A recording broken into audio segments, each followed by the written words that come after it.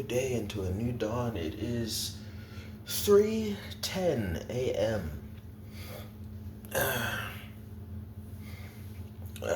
So it's a new day, a new dawn. For sure, for sure. Just turn it slightly so you can see me. Welcome to the Realm-of-Millenia. I am your host, the Millennium Mailman. And I haven't changed clothes yet, so I'm still in the Sunday. So I'll do the first video for the day, make it a music-related video. I'm not singing this early in the morning. Not with this bum on my couch. Not with this bum on the couch, I'm not. But yes. I'm not going to be singing, but I'm going to talk some music. Say hello to new headphones. These are nice and fresh. The noise cancellation is noise canceling pretty darn good. Just in case the microphone's attached, turn that off. Fantabulous. Well, welcome to the Realm of Millenia. Be ye a man, woman, a child, spirit, creature, or demon. Be ye a native migrator, or maybe even just any sort of invader into welcome. I am your host, the Millennium Mailman, today as we get into a Songbook Sunday video. Music is this entire YouTube channel is about the book series I'm working on called Realm-of-Millenia.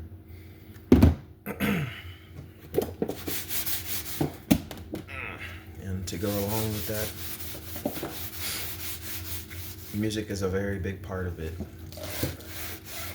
And big part separate from the idea of the book being a musical, because it's not.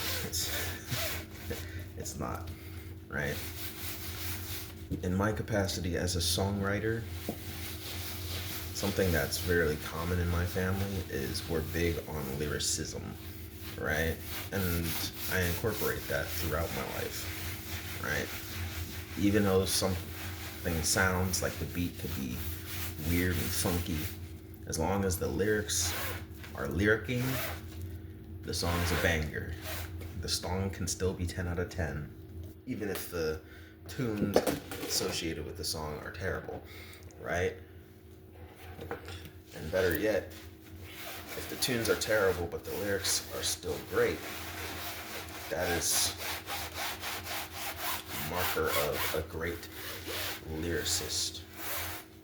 Now, if you want to find a great lyricist who has great control, find you an artist, a musical artist, who can, with a terrible beat, make the song utterly awesome to replay, right? Eminem doesn't have terrible beats, but many have associated that funky style as something they kind of disdain and find distasteful, and would forever consider distasteful if he himself didn't rap on it first, right? So, if you want to find yourself an artist who has an upper level of control in addition to their lyricism, find you an artist with great lyrics who can control the tempo, can control the music and the cadence in such a way that their lyrics and the way they deliver it overpower any faults and flaws of the instruments being played how it is, right? And that's all I can say to you on that one. Yes, I'm doing dishes today. Call this video Do Dishes With Me. Get ready with me at 3:15 in the morning-ish. Almost 3:15 a.m. Yay, get ready with me, guys. How I start my day, cleaning up dinner dishes, because I'm always too lazy to do it immediately. Or busy. Forcing myself to be busy anyway. Right? Lyrics are a big part of the novel. Music is, right? And the music I'm talking about is more so the lyrics. So any of the character song soundtracks, part of it can be associated with the music of it and the and the rhythm, but most of the songs that you see on character soundtracks are going to be there because of the lyrics themselves, right? Regardless of what the cadence and everything makes you feel, if you want a better grasp of what I think of a character and what mentality I want you to be in, or what character mentality the character is in, listening for the lyrics specifically is going to be a greater impact on you for getting in line with the character design expectations or my desires of what I was intending to deliver upon you with that character in the particular page or pages that the song soundtrack is associated with.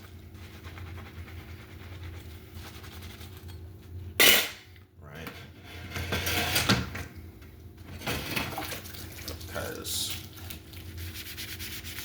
a lot of characters as of recent that I was able to start fleshing out and build storylines and attachment to for Theater Thursday came from like a specific lyric toward the center of a song, which to other people might be inconsequential, like that's lyric was nothing, but for my imagination that lyric means everything, because from that lyric I could do a whole workaround on the entire character.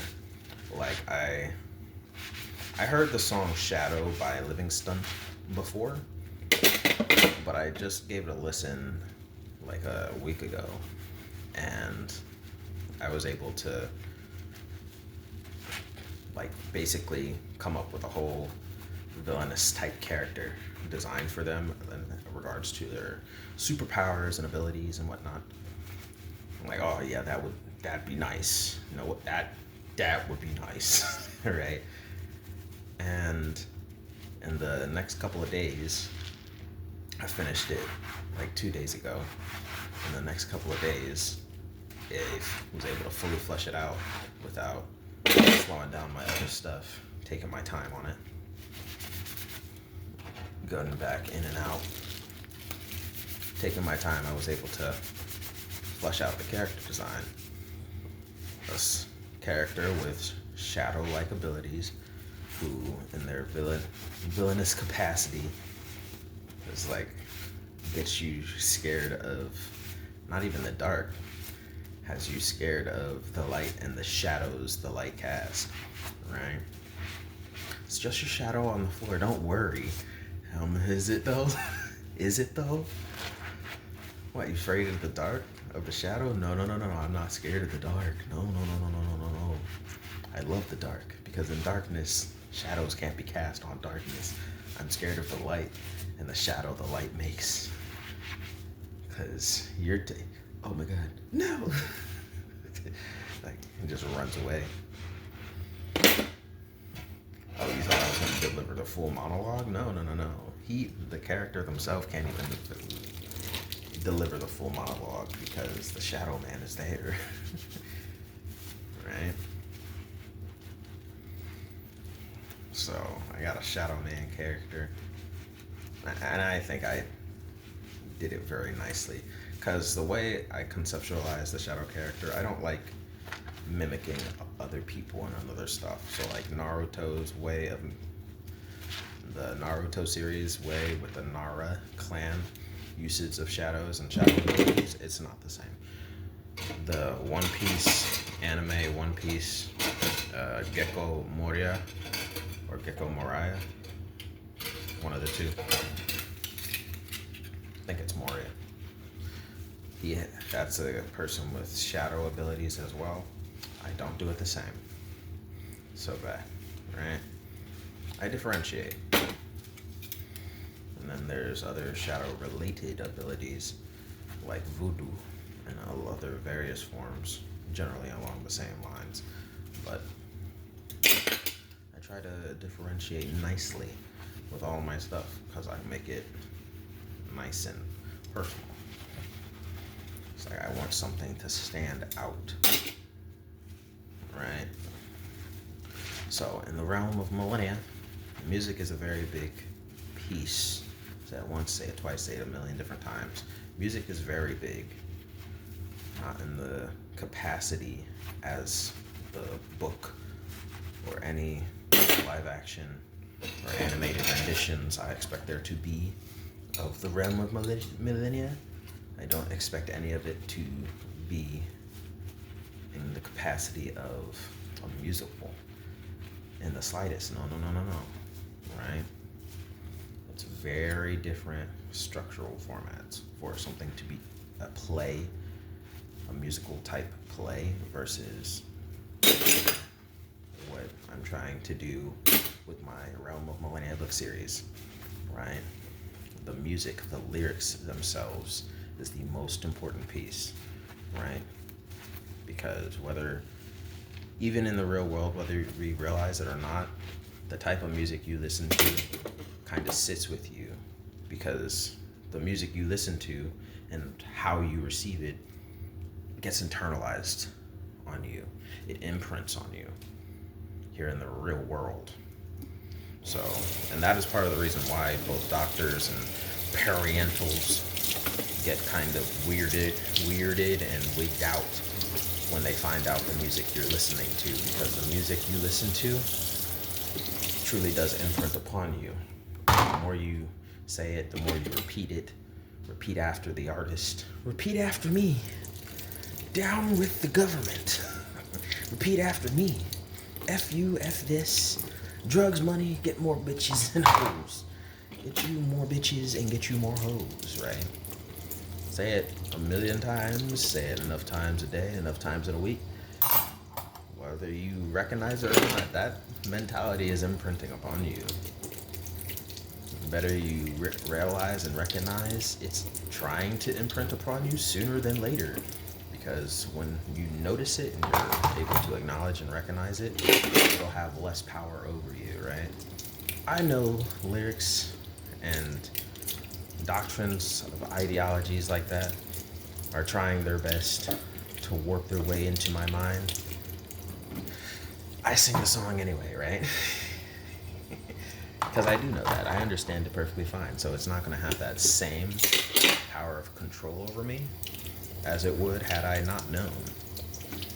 I would just hear the lyrics, be like, oh yeah, I love this song, I love this music, it's really impactful, it's really touching, and it just makes me want to do something, right? It gives this feeling through my soul. Yeah, that's called connection and imprinting of the lyrics onto you. You're about to do the bidding of the song, and you're not even gonna realize it. Y'all don't want to hear me, you just want to dance. Alright? And you can know all the lyrics, you can hear it and sing it and recite it perfectly, but that understanding takes it a whole different level. So the lyrics are very impactful for the song selection of each character, for the overarching themes behind the characters and the subplots they're going through. It is a very, very impactful thing. As I do dishes and scrub the dirt and grime off of my stuff here.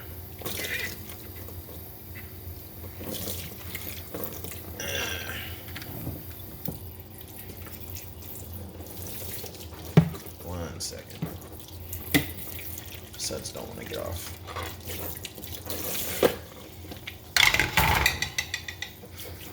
Okay. But yeah, that's pretty much all I have to say on that. Music is very important in the realm of millennia. And it may not be obvious, but most definitely the lyrics themselves are rather pivotal to each character and to each chapter that they're found in. Some songs, as of currently, do get reused from character to character, but that's showing a deeper connection that may not be uh, directly visible or understandable off what the actual writing is displaying, right? Because unlike other like TV series and stuff that are gonna expose to you like, oh no, yeah, this character is connected to this character through this and that. I'm not doing a further expose to let you know, hey, these characters are similar or these characters are connected. I'm not doing that. It's a waste of breath when you could just keep going through the series and find out the same. It's a waste of characters in my chapters, a waste of readers' time to reiterate all the same things. Like, oh yeah, I'm connected to this person. When who does that in reality, right? If I'm journalizing and noting down my life right now, how often, if you were to plop down in my mind and walk us alongside me or just sneak peek into a glance at my life, how often are you going to hear me say, yep, that's my brother, that's my brother, that's my brother, that's my eldest bro, that is my youngest bro, I love my sister, I love all my sisters, but I love that sister specifically. It's like, what? It's like, I hate you, right? If you were to plop down in a random dude's mind and he were to run into family and friends, you would just hear what he says to them. It's like, I love you and all, but dude, I hate you. I hate you and everything, but I love this and that about you. You're not going to hear references to who they are a million times. There's not going to be a million different reassurances. You're going to get their nickname, and somewhere along the line, you'll realize, okay, from this person saying, you'll get it along the path. There are context clues, and you're not always going to get that, right? So music, let's tie it back because I digress.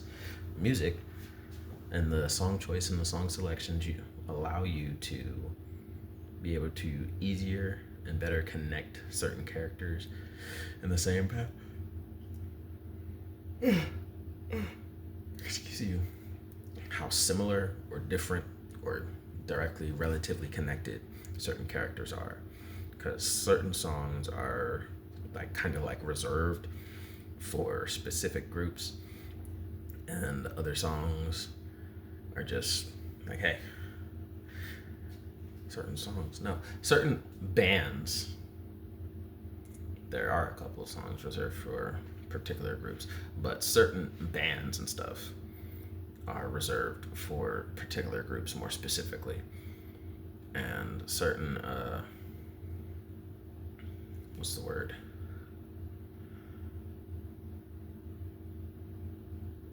certain playlist that I have are reserved for certain characteristics in a select number of individuals or communities. That is how I'll choose to articulate that.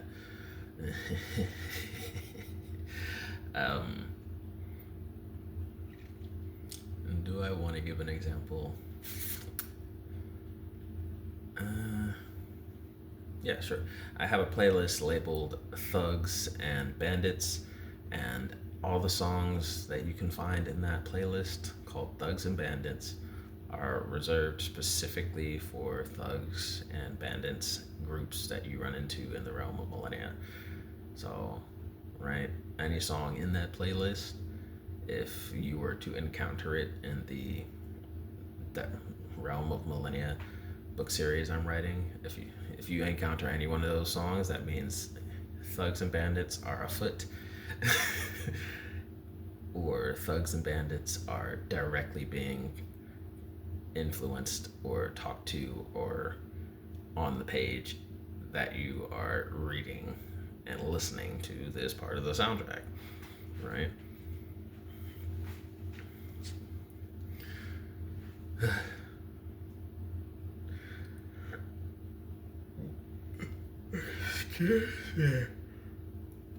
Excuse you.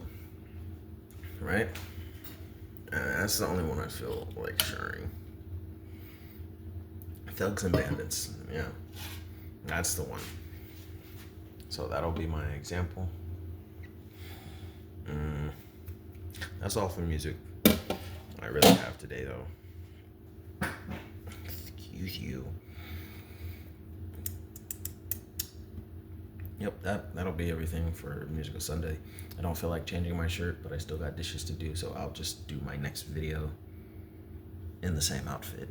Too bad, so sad, leave me alone. I feel like roadkill right now because it's only like 3:30 in the flipping morning.